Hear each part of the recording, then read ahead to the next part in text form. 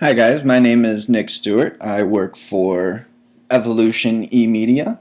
And today I'm going to show you a video tutorial on how to create a 3D logo such as this one. It's not very difficult.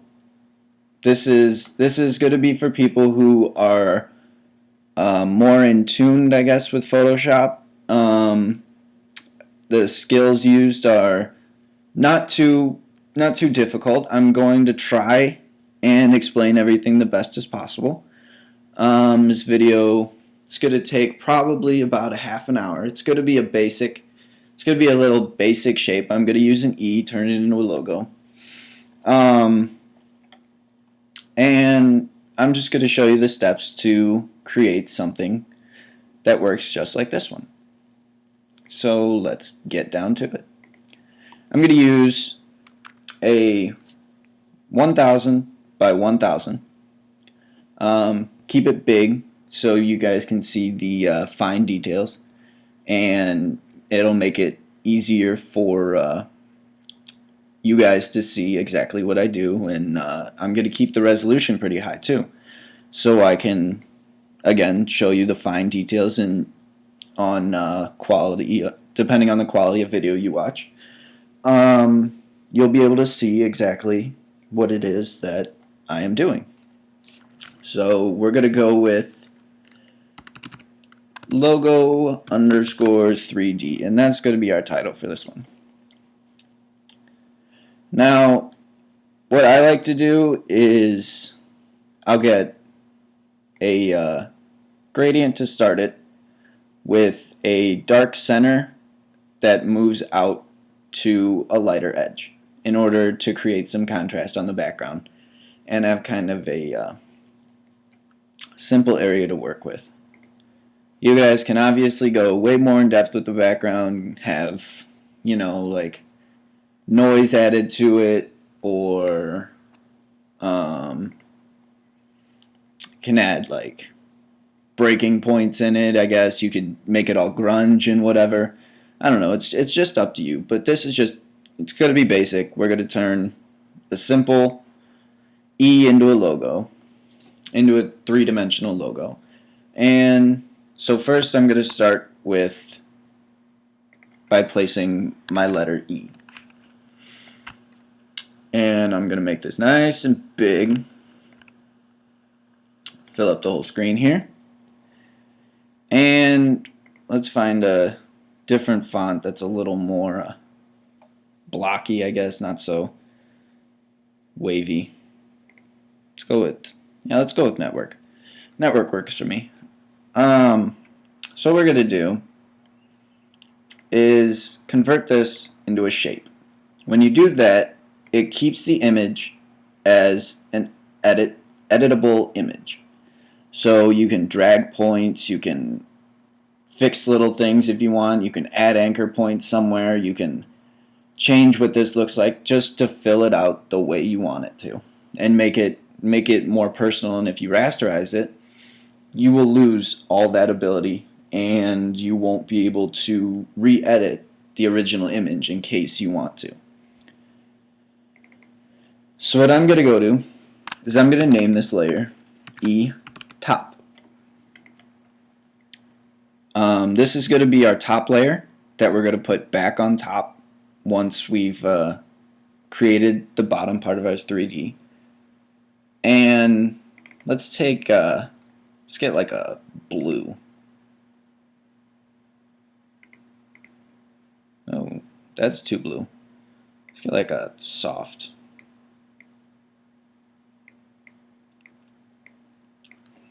Alright, I like that color. So first we're going to take this and change the perspective of it. Now this again, all based on what you want to do. What you want it to look like. But for me, I'm just going to make this a straight up. So the back end is going to go down to give the image or the feeling that it's moving back on the page. And we're going to move this front part and widen it to do the same thing. to create the image of this is moving back on a plane. And what we're going to do is we're going to duplicate this layer. Now you can grab your, I like to grab the move tool. It just makes it easier. You hold Alt, and all you have to do is hit down, and it will copy your image for you, and it'll move it down 1 pixel. Now I'm going to do this about 25, let's go with 29 times. It's a random number, I know. Okay, let's even it out to 30. So we have 30 copies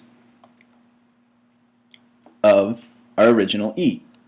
What we're going to do is we're going to take the top 29, or technically the bottom 29, but it'll show up as the top ones on the list, and we're going to merge them together. Or you can use Command E on Mac, or I think it's Control E or Alt E on PCs, and you're going to move this layer to the bottom. Now if you see the outline, our E top is the top layer. So it's a good idea to name all your layers. It makes it easier for you to see just by looking what exactly it is. So we're going to call this E bottom. There we go. And what I like to do, and what a lot of people I know like to do, is take the hue and saturation, also Command U for shortcuts, and we're going to take the hue and saturation in order to darken the bottom so it's different than the top. It's going to make it easier to see which side you're working with. It's going to make it easier to essentially understand which sides, where's your top layer, where's your other layers, and it'll already start to give that perspective of now we've got a 3D image. So we're going to take, and it looks about right, we're going to take this and we've got our top layer, and what I like to do to start off is kind of I'll actually hide this image and duplicate it, so I have the original one in case I screw up somewhere and don't really like it. Because what I'm going to do is I'm going to take the burn and dodge tool and highlight and shadow certain areas that I feel would give this a clear effect of where the light's coming from, where we can accent certain things, and essentially just make it look a little better. So we're going to start with the highlight tool. You just click, it'll tell you you can't do this because you can't dodge or burn a vectored shape. So turn it into a rasterized shape, just like the bottom layer. And we are going to, right now I've got the dodge tool, and we're going to take the highlights. I'm using a thicker brush because I've got a bigger image here, so I want to actually get most of it done in one, or a lot of it done in one single swipe, instead of having to worry about not getting it later. So I'm going to take this, going to get some areas highlighted, take some mid-tone areas, get them a little. This is obviously quick. I'm not going to use this for anything. I'm just using it for tutorial purposes. But you get the highlights in there. Then you go with your burn tool, get some midtones in here of like some of the back sides that would kind of be, you know, hidden a little more from the light. Take this and just, you know, add effects to your liking and make sure that you get it exactly how you want it. Keep fooling around with it. Keep doing whatever you need to do. But you start to see the change of where the light's going to be coming from down here. And so this is kind of going to be the darkest spot back here. So I want to make sure that I get that all covered up over there. This back side's going to be a little bit darker. That looks pretty good highlights for now. So we got our highlights, we got our shadows. Now we're going to create this effect of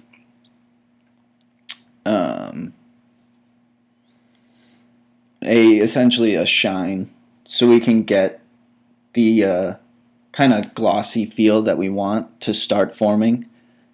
Some people wait to do this a little later. I tend to do it now, just so I have it in my head of exactly what I want to do with it. You take the pen tool and make sure that it's set just for paths and not for creating. I mean, you can do shape layers. I don't really like doing this. I don't like using shape layers. Some people do, some people don't. But I mean, it's to each their own, right? So we're going to create a kind of curved, angled image right now in order to form our highlighted area. We want it to cover from the top to the bottom, or wherever your highlights are coming from. Make sure that that's usually the side that has the most. And you're going to want to make this selection, create a new layer, and I like to call this shine or gloss or something like that. And you're going to fill it with white. Get rid of that with Command D. And I tend to, since I'm not going to edit that image anymore, I'll just delete that. Delete the outside of it. So all it is just the image.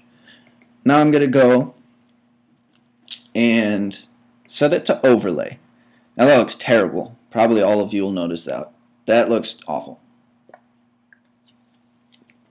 So what we're going to do is we're going to play with the opacity a little bit. Now, this is all up to how badly do you want it to show up. How much do you want the shine to show up? I tend to not be one who enjoys the view of a definite shine. Like if I were to go with back to this, some people enjoy that. That's to them. I don't know why, but some people do. I tend to have very faint, not very noticeable, but it's still there. Take this, and I'm going to go a little higher than that. That's good. Set that to 13. That's the opacity, by the way. We'll set that to 13 for those of you that didn't catch where I was with that. And what we're going to do is erase some parts of this that you don't want the shine to be very defined. A lot of times you want this edge to look a little more, I don't know, a little more soft. Not this hard line right here. You might want it to be a little more soft or a little. Sometimes you do want the line to be very defined, very definite. But in this case, I don't really want it. So I'm going to take a bigger brush, and actually I screwed that up. You're going to want to take a bigger brush and go just along the outside of it in order to break it just enough where you could still see the line there, but it's not very defined, and it's kind of, you feel that it's kind of lacking there, and it's just slowly coming in, and that fits pretty well. I'll use that. So after we've got this set up, what I want to do is create that look of three-dimensionalism, I guess, if that's a word. So what I tend to do is this top layer, I'm going to create a new layer and call it, let's just call it see-through for now, so you know exactly what it is that it's going to do.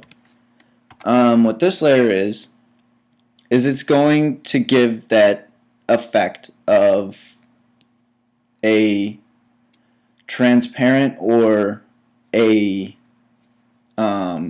object that you can see through the top and you'll see the bottom. So I'm going to take this and I'm going to take the top layer like I did, and I hit Command and then I click on it, and I can get the I'm able to select the outline of the image, and I will paste white into it. Now there's different ways you could do this. You'll get a different look for every single one. I'm going to take overlay again. I'm going to set the opacity. I don't want it to be very visible again. Remember, you need that look of where you still have to look through it, where you're looking through an image, so the bottom isn't going to be that bright. So I'm going to take that down to about 10.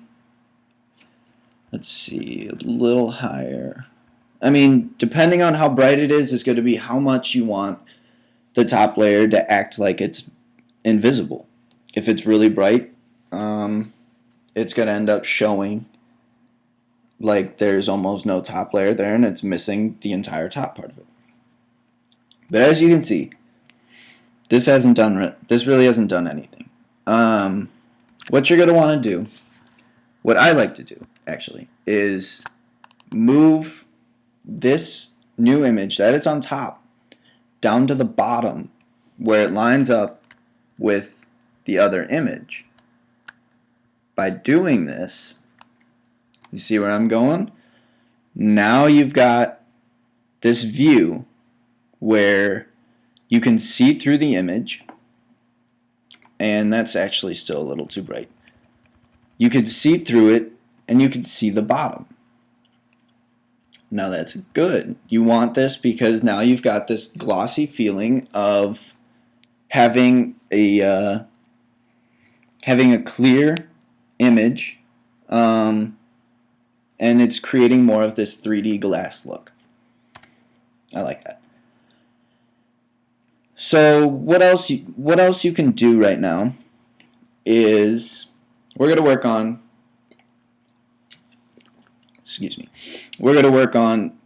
creating these corners to look a little more like corners. You get a lot of these images that it doesn't really look 3D because it just kind of looks like it's a whole image with no real edges to it. If you've got like a see-through part right here, why can't you see the corner very well? And so this is what we're going to work on. What I like to do is typically do the corners that you're trying to look through to see, not the outside corners as much. I'm just going to focus on the inside corners. So we've got our edge right here. I'm going to take the line tool and keep it at 1 pixels, no style. We're going to make it white for now. And I'm going to create a new group because I like keeping things easy to read. And we're going to call these corners. Now we'll take it from the top of this corner to the bottom of that corner. And what that's going to do is now you've got the white. We're going to go back, going to soft light it.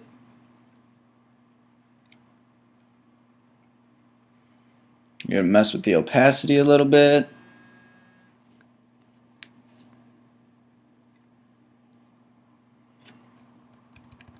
Until, since that's a back far corner, away from where the light source is going to be, you're going to want to make sure that this has a very low opacity where you're just going to barely see it.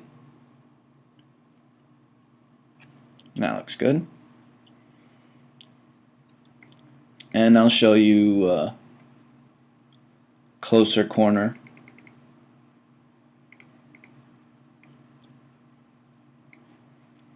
To show the difference here.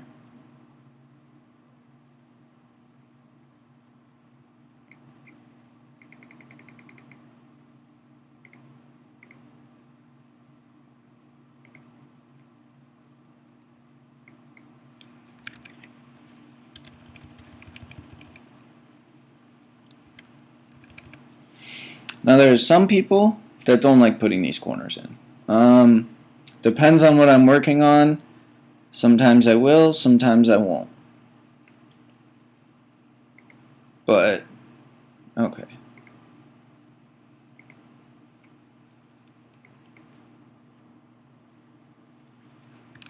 Again, we're going to go with, since that's one of the far corners, we're going to go with a lower shot. Or a lower opacity, rather. I don't know what I was talking about with the lower shot. Alright.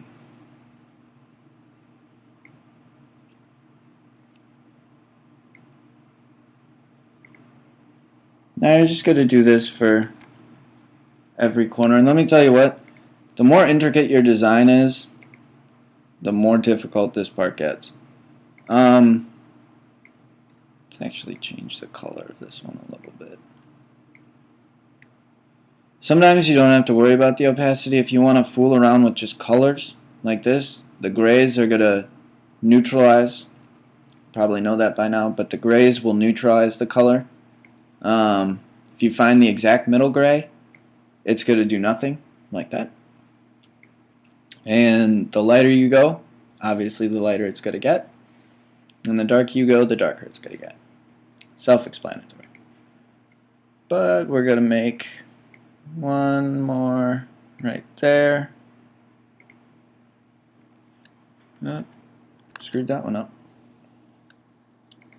This one's kind of awkward angle maybe.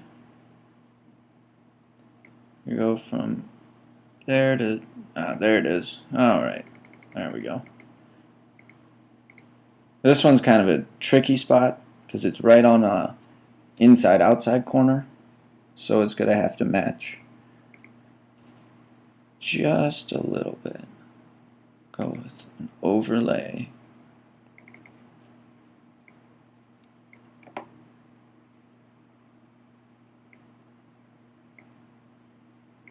Alright. Now it is better to do all of the images, or all of the corners, to get the feeling on every single one. But I feel like you guys I don't want to bore you with doing every single corner. I did most of them, and you guys are probably just saying, come on, hurry up, do another one, blah, blah, blah. Move on. I want to get through this. You've already been sitting here for 24 minutes. You probably want to move on. So what we're going to do is, again, select the whole top part. And there's a way to create an edge to get a little more feeling of rounded corners or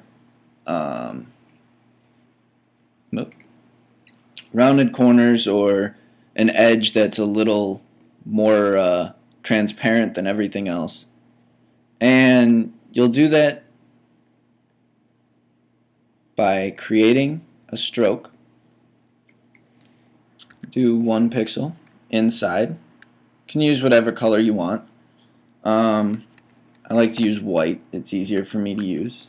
And you get this inside edge around the entire image. And what you're going to get when you overlay this, so you're going to get that border of, obviously going to mess with the opacity. You're going to get this border of a finite structure. And as you can see, it starts to match up really, really well with all the corners that were created. The only way you'd get there is by adding this border. You see, you start with the more and more that you add, the more and more it starts to look like a glass image. From when we started with that, just the burning and dodging, it actually looked really bad. But now we start to get this fine, sharp-looking image of an actual glass figure. Now, what I'm going to do is I am going to create a glow effect. This is very simple, not a difficult process. So what I'm going to do is I'm going to select the top again. If you guys have gotten the hang of this by now, most of the effects are done with just the top. You can edit the bottom individually, like take gradients and whatnot and figure out different lighting patterns on each one of these. That's getting more into detail, and I don't really want to get into that right now. This is just going to be the basic one, and if people enjoy this tutorial, I'll go a little more into depth about shading, like how you would shade over here or how you'd shade up here. Because remember, light's coming from right here, so why would this color be the same as that color, right? Well, it wouldn't be. But we're just going to keep it at here for now. Create this glow of an image that's, shiny, transparent, like makes it look a little more like glass. And you'll create a new image, a new layer, Command-Shift-N. We'll call this glow. And I'm just going to go to Image, Apply Image. Okay. What's that going to do? What that is going to do is apply the image of everything that was already created, but only the parts that were inside what was determined, inside where the little ants are marching. What I'm going to do is go to Filter, Blur, going to put a Gaussian blur on it. Let's set this to, let's see what 7.5 looks like. Let's go back up to 12. Alright, that's a little more what I want. Now this doesn't look that good. So we can either lighten it, and as you can see, puts a glow on it, but that seems a little too dark to me still. I'm going to overlay it, but that doesn't really do it for me either. Color dodge does the same thing, but that's even brighter. So this part's all about finding the right medium, I guess you could say, and creating the right glow. Now, bring that down underneath all this, and it's going to lighten up the glow quite a bit. So now this is really bright. This is actually a little too much glow. So we're going to take the opacity down, try and fine-tune this glow a little more. Again, make it exactly how you want it, what you think looks good. That looks pretty good to me. Not too definite, but you could still tell it's there. And yeah, that looks pretty good. So what I'm gonna do is actually I'm gonna turn this off for a second, because what I'm gonna do now is I'm gonna create a little bit of a reflection underneath it. And what that's gonna do is give it kind of a feeling that it's sitting on like a glass table or something like that. Just even more effects. And what I did for that is the normal command click and then command shift click, and it will add the other layer to it. But guess what? We use the bottom this time. I'm going to take these and I'm going to put this reflection at the bottom. And I'm going to go to image, apply image again. There are other ways people do it. I'm just doing it this way. I wouldn't recommend it if you don't have an exact idea in your mind of what you're going to do. You should have, before all these details are put in, you should have your logo already pretty much done, and now you're just adding details to it. So what I'm going to do is I'm going to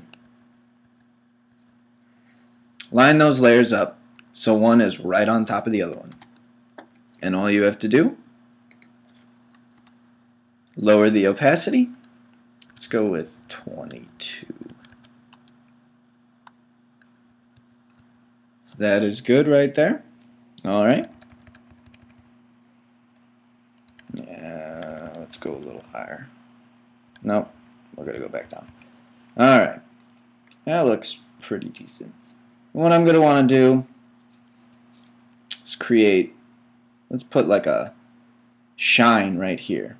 There's different ways people do it, obviously. Put the glow back on. And I'm going to go with a new layer, call it shine. Or no, let's call edge glow. Or, yeah, let's go with edge shine. Going to take the brush, going to find a soft circle that matches about the size. It should be, I don't know, it all depends really how big you want the shine to be, but do not overdo this, because if you overdo these shines, you will ruin your image and it'll make it just look awful.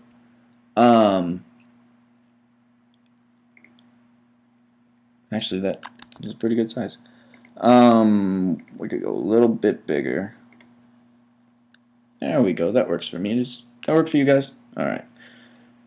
Have just a brush there, simple brush, just in order to give it that pop, that kind of glow, that there's a reflection there, that's where the light's coming from. Gives it a little more detail.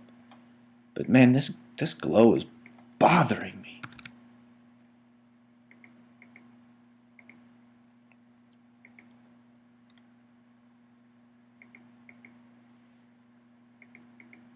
Alright, that'll work for me. So what else will we do with this? What we could do is this is actually a pretty good start. You have the idea of what you want, and you've got your 3D image here. You've got a nice glow effect, you've got a nice reflection there, kind of puts it on a platform, I guess, on top of glass, so you got your nice reflection. You got shading going on, you got the glow, you know where the light's coming from. You've got almost everything you need. This would need to be fine-tuned quite a bit before it would be really outstanding in my eyes. But I mean, if you really want to add just a little more detail to it, you could just go, I would create a new layer after taking off the background, and I'd apply an image to this if I wanted to make it sharper. And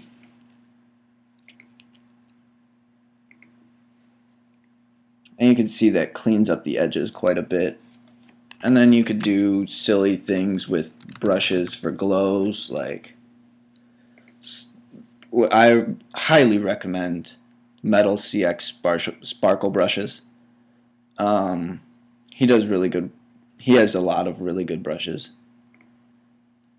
And you just kind of find spots that you want to shine up a little more. But don't, again, this is one thing you just don't want to overdo.